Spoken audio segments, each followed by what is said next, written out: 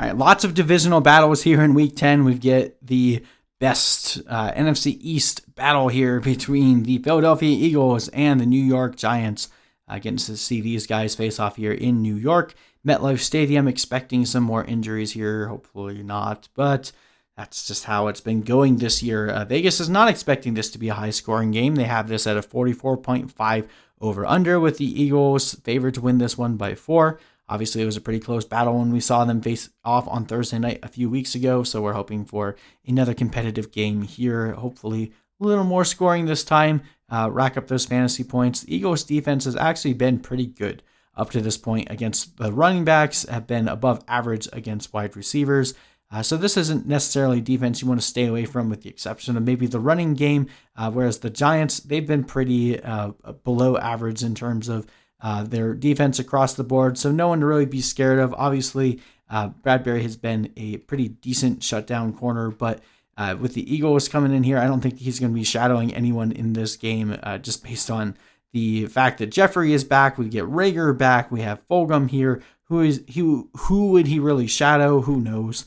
I think this will be a very telling game to see the types of splits we're going to see between those three receivers. Namely, Jeffery is going to be the biggest piece here, obviously coming back, playing his first game on the season after the bye week here. Going to be very telling how quickly they get him involved in this offense, especially with Reagor looking so solid. With Fulgham looking so solid and Reagor coming back the previous week. It will be very interesting to see if Jeffery has anything left in the tank or if he's completely washed at this point. If I had to make a guess, I probably am not really relying on Jeffery doing too much. I still think Fulgham and Reagor are the future for this team, so we'll see what happens. On the Eagles side, we also get Miles Sanders back, so hooray, applaud that. I'm very excited about that. Does not carry an injury designation into the week, so very good news for Miles Sanders here. I think this is a full go for the Eagles offense. I'm starting Wentz, Sanders, Fulgham, Reagor, Goedert, and the Eagles defense here. I'm not playing Alshon Jeffery. I'm not playing Greg Ward. I think Greg Ward is going to get relegated back to the wide receiver 4. And Jeffery, I just want to see it, man. I don't trust that he is going to be very involved in this offense until we see it. Last year, by the end of the season, he looked pretty beat up. And he's definitely up there in age for a receiver. Obviously, being out for the majority of the season could take a few weeks to knock off any rust. I think this is going to be the Fulgham and Reagor show. I'm not too worried about Jeffery stealing too much of that thunder. On the Giants side, a little less interesting here. I think Sterling Shepard is an every week start. Evan Engram has looked bad all year, to be honest, but he's getting a ton of targets, so he's still putting up fantasy points. And I think you can play both defenses in this one. Both of these teams are very prone to commit turnovers. Now, we're not starting Daniel Jones unless we have to. Gallman is the real take here. So I have Gallman just outside my top 24, but I'm thinking about moving him back in.